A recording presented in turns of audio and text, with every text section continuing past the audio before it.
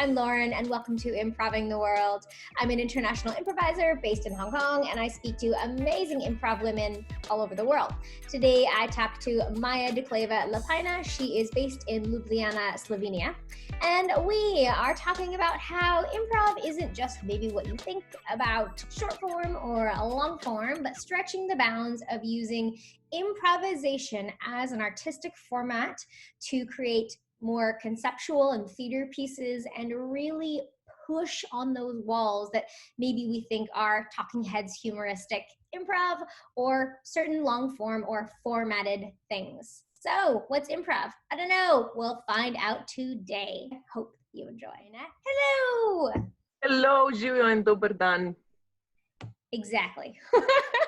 Now, you are joining me from Ljubljana. You're an improviser, a performer, a director. And because of that, because you dip your toes in many different performance waters, we're going to talk today about how you use improv to do more than just what we would call like a short form or a long form, but you use improv to really create new kinds of shows and formats and different theater. So we'll talk about how the improv bubbles up into really cool, beautiful projects. Tell me first, you have a background in culture and humanistic studies, which is just so interesting to me.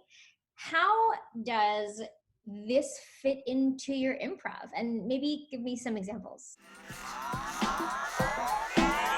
Yeah, my company Kolektivna Robo, none of us started with theater studies, but we all started with studies like sociology of culture, philosophy, history, comparative literature, stuff like that. And then later when we realized, apparently it's going to be our profession and our work. Of course, we got then many other educations more connected to the theater world and acting and directing, dramaturgy and writing and all this. But I think it still shows that we come from these humanistic studies because in the project, we want to deal with the relevant topics, the things that are within the society now, that are within the world we live in, and have to do a lot with our own standpoints and views on the world. So we don't go so much for virtuosity because of skill to show this option how to do things on stage, but more like to work with the societal topics that arise. Within that context, so you're focusing on different things that feel really important to you or the group. You also use some really physical choices and physical theater to help derive and create character. Tell me about that and what you do to get there with a character.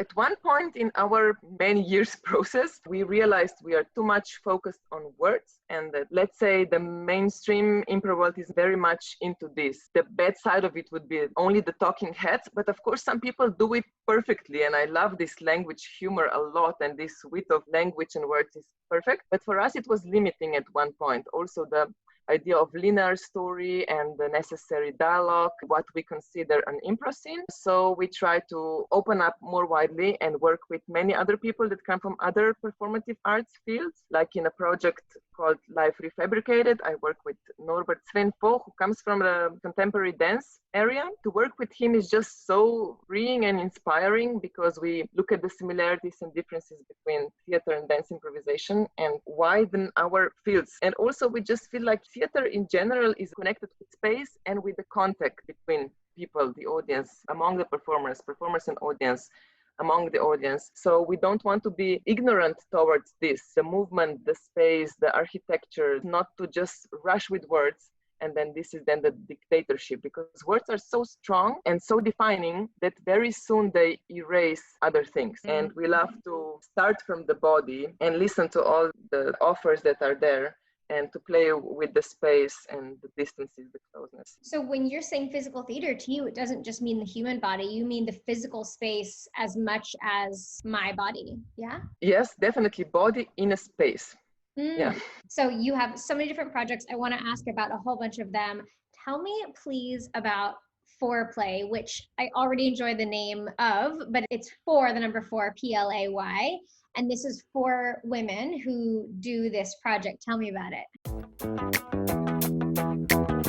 This performance is devised by me and Trixie Brunschko from Austria and Nele Kisling from Germany and Rama Nicholas from Australia. So we've known each other from before, from different festivals and little projects. And we had for a long time this wish to finally work together for a longer time and to find what is the topic that is really hot for us at the moment. And Foreplay, as you say, goes for that we are four and that we enjoy playing, but also it goes for the sexual connotation of it. And it's a performance about and on the feministic approach to sex. You know, most of the representations of sex in our society come from a very heteronormative standpoint, macho kind of look, and we feel like we have to open up different ways of talking about it, feeling about it, different entrances to the topic of sex. Within the show, It's a combination of personal monologues and transformed personal monologues, so push to performative material, movement connections, so all the time people meeting in different intimate situations on stage, and then a big pile of clothes that we keep changing, and we try to explore what does an outfit do to us, either from the side of someone else watching us or us, our own bodies. How do we feel within high heels, in a tie, in a short skirt, in all black outfit, and so on. So you're four women who are the performers, but you are not necessarily women as characters. Then when you are doing the show, how does it get into the conversation of sex? Is that about that you specifically try to have the characters become intimate, or how does that work? Yes, it's an ongoing meeting. Let's say in the center stage, every time two of us come and meet. And yes, it is an intimate meeting in the topic of sex. We go there right away. We don't try to pretend it's not about this. We just go for it. And then at the same time, all the time, we have mic on stage and monologues talking about everything in connection to sex. It can be very wide. It's actually difficult to grab it all because, of course, there's this question of relationships, and then there's the question of abuse, and then there's body and period and desire, question about political view on sex, patterns, many, many, many things. And then, of course, we have our own personal pool of all the topics, and we discuss about it a lot among us. But then it's the matter of the moment. So if my co-actor does something and I think of, okay, this is what it comes out to me as a topic, I go with that and I my own thing to it. And then we work a lot with lists. We really enjoy somehow this format of lists. So to go on the mic and only list things, like list people you had sex with, list sentences that turn you off, list places, people you could never have sex with, problems about it, and so on. So we also play with that, not making the title, but just calling out the list. The list is like things that turn you off that the audience has given you, or that you, the performer, feel, or the character you're playing is saying the list of things? A bit of a complicated answer, not from the audience in the sense that we would ask them, give us a suggestion, and then we would write it down. It has to do with the audience in terms that as improvisers, we must all the time be in touch with the audience and sense how the atmosphere is and what topics are in the air. So we try to sense that. And then it comes from our personal lives, but it is so transformed and pushed to the performative that it can come out through a character or a very abstract kind of way. It's never private, but it is personal and performative. Okay. I feel like I need to see the show because I have more questions, but we need to move on. Tell me about the project that you did called Call, as in to call. What is this project and why did you choose to create this one? This is an interesting one and I'm curious why you felt the need to make this. Yes, it's a project we created within Collective Narobo, and lately it's me and Sonia Vilch performing in it, and we also made a concept for it. First, we started it because of the fascination by lists of names, so old phone books, big piles of books, and then all the names that are in them. And we just thought of, all these lives we will never meet, all these people we will never meet in person, and curious about what is behind those names, who lives there, how does their day look like. And the more we were working on, we realized we only want to pick out the female names. And of course, there is the reason that there are not so many women in public space as men. So we feel like the more we can bring women out, the better it is. And also in the classic dramatic theater, there is a lack of female roles, or they're very stereotypical. So we felt like, we want to embody as many women as possible and play with that. And then also there was this desire to have a set and to play with the space in a different way, to have some kind of playful tool. So we hang all these phone books down. Oh, my hands are not really there, but I still think you can see it. Yeah. So we have dangling phone books all around the stage. Sometimes we put some in the audience above their heads too. And we go from one another, we open the book, we read out the name of a woman. And it's not so easy to find women in the phone book because there are only male names all the time. And every now and then, there's a woman, and I go for her. As we say out the name, let's say it's Anica Božić, and then I keep pronouncing it, Anica Božić, to put it in my body and to taste it really, to see what it does to me, this name. And out of that then comes a character monologue. And as I do it, my co-player, Sonia, she supports the monologue, either physically or sound-wise or with music or with space. However, she goes with me on this trip of Anica Božić. And then the whole show is a collage of many, many, many female characters. The other point would be movement pieces in between, not talking, not having regular classic scenes, but just like a bunch of female characters, and at the same time to be vulnerable and open about the process, how me and Sonia do it. So to show also how we work with each other and how we... So it's only monologue, so the characters don't meet each other or interact? No, they don't.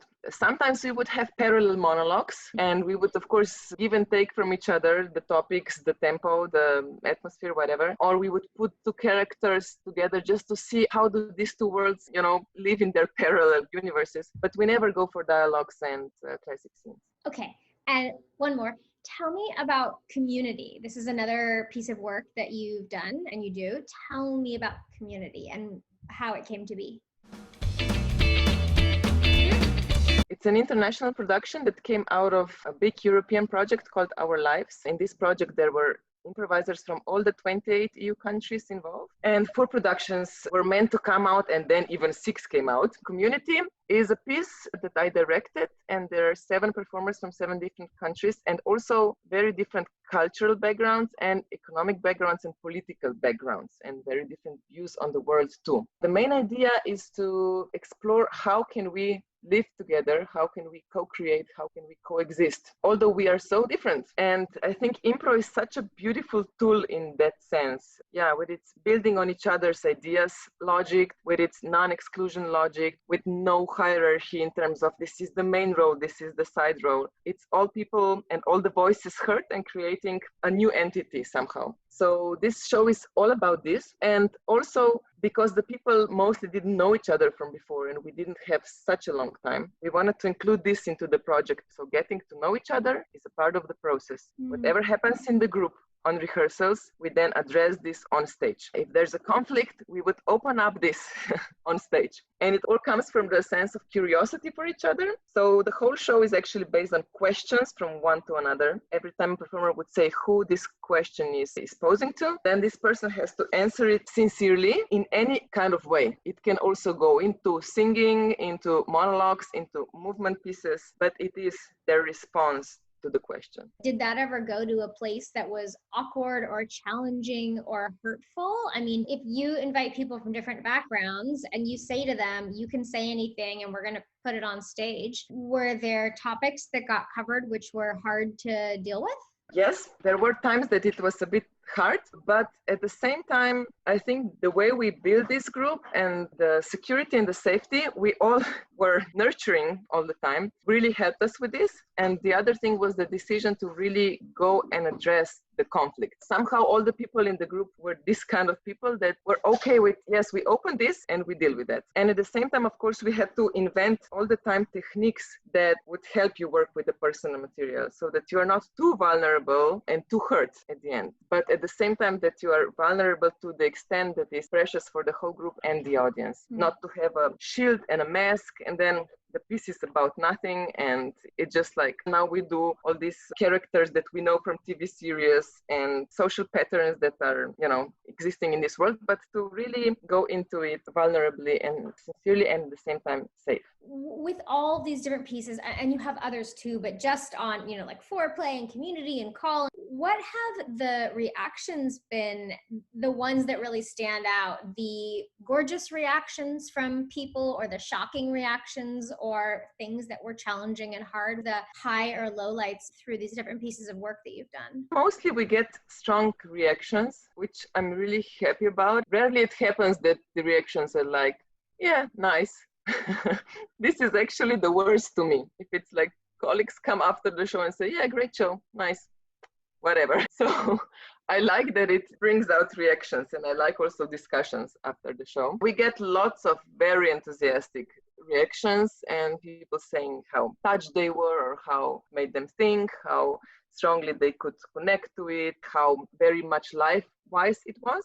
And then we also get reactions specifically in the improv scene saying, this is not improv. This is not belonging into our medium. And I don't think they mean it's because it's not improvised, because it is improvised, but it doesn't look like the majority of things within the improv scene. Especially they are disturbed by the fact that there are no scenes, like two characters having a dialogue in a pantomime room. A lot of times there is no pantomime, and sometimes there are even no characters in that classic sense. So some people get disturbed by that, and they say it's not really following the tradition of improvisation.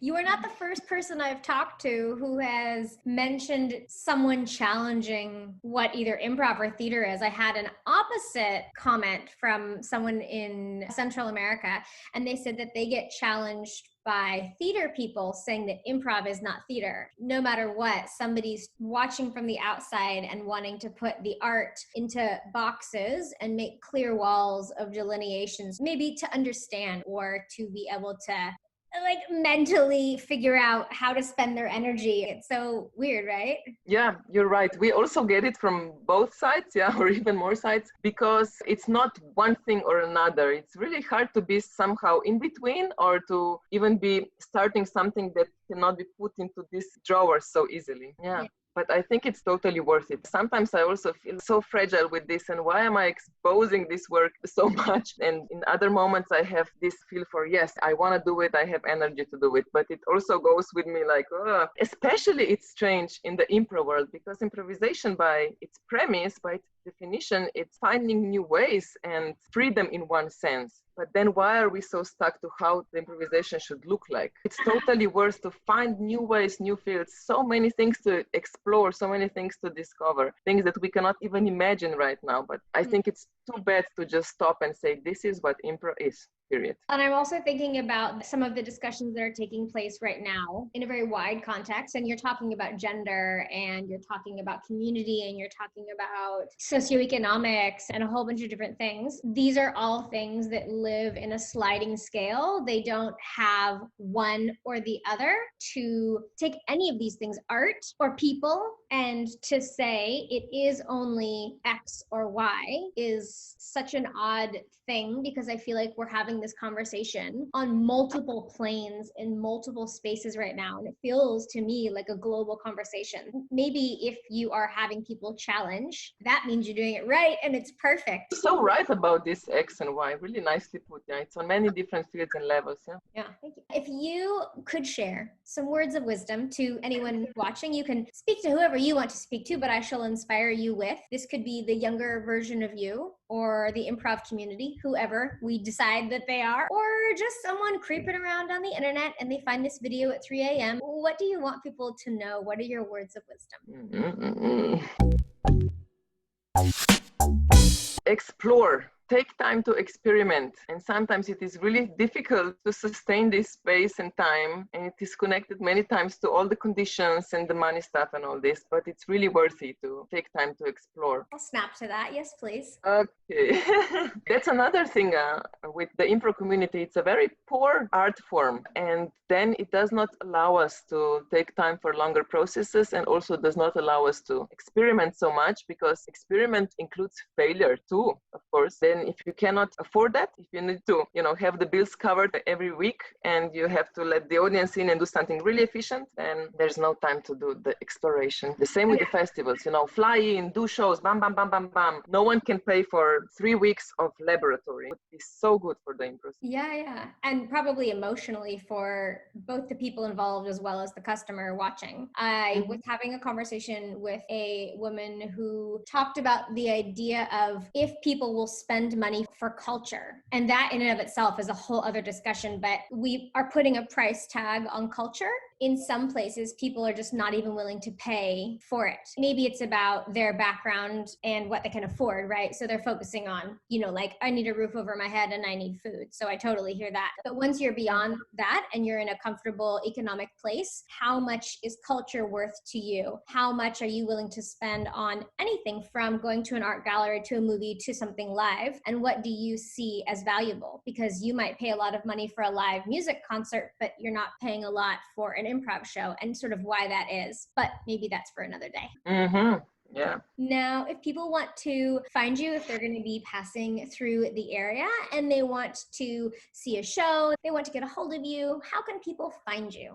Check web pages of Collective Narubov and Life Refabricated and Our Lives, where the community came from. And then there's Facebook too. Also, they can contact you, Lauren, and you tell them where they can find me.